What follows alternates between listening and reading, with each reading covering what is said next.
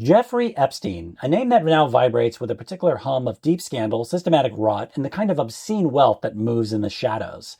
He was not just a financier, not just a predator, not even merely a trafficker of bodies, though all those things are horrible enough. No, he was a node on a network, a black hole of leverage, a smiling concierge at the intersection of sex, power, and secrecy. And when you really look at the contours of that map, you begin to see that Trumpstein is not just the disease, it is a symptom, the swollen tip of a much vaster subdermal iceberg. Now let's be clear, we are not in conspiracy theory territory. We are in conspiracy reality, a realm where the most wealthy and powerful, otherwise known as the extremely mentally sick, do not operate by the same rules as the rest of us, because they live in a parallel legal and moral ecosystem. Epstein was a brownstoner, meaning his homes and creepy private island, little to nothing ever good happens on private islands, undercover during parties, lured rich, usually men, into isolated situations with desperate trafficked women, many underage, as bait, that were honeypots wired for sound and video. The whole reason for him inviting people to these places, which were supposedly to hang out, have fun, stay the weekend, was to get blackmailable content on them. And the obvious one would be sex with an underage individual. Even if they looked 23, it turns out they were really 17, and then you're technically a pedo should the world find out. Epstein's little black book was a cartography of influence, royalty, presidents, CEOs, scientists, media moguls, etc. And what was he doing with all those other slimy oligarchs and underage girls? He was constructing insurance policies.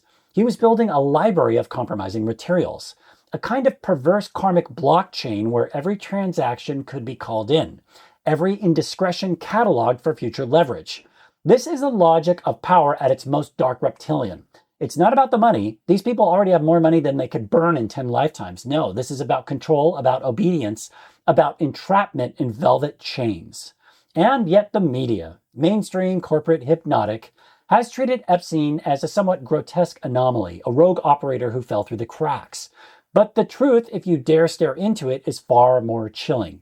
He was part of a system, a cabal, if you want to use an old mythic language, not some grand unified conspiracy, mind you, but a decentralized web of mutual compromise where the rich are bound together not by ideology, but by shared vice and mutual threat.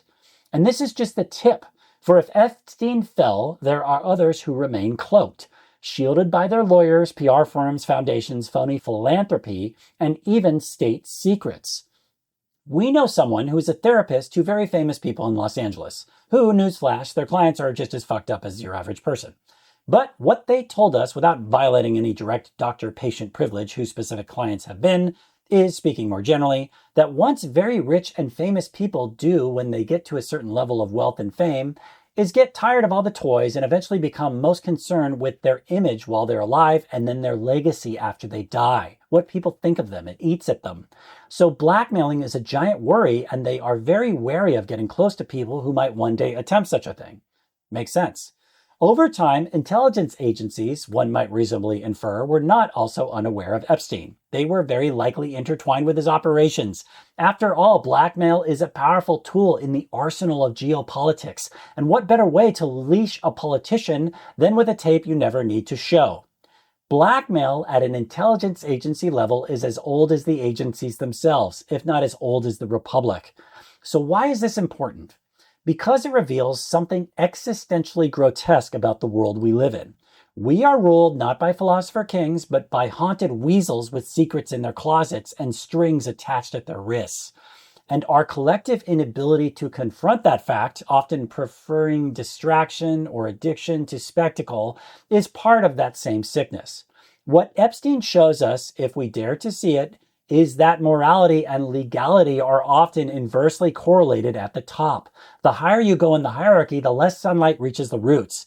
And if we are to dismantle this iceberg, we must go deeper, not just into the files and the names, but into the systems, the ideologies, the incentives that allow such monstrous machinery to thrive beneath the surface of polite society. This is not a story about one man. It is a mirror. And if we stare into it long enough, we might finally begin to understand the shadow that haunts our civilization, and maybe, just maybe, begin the long, painful, beautiful work of reclaiming our soul at a societal level.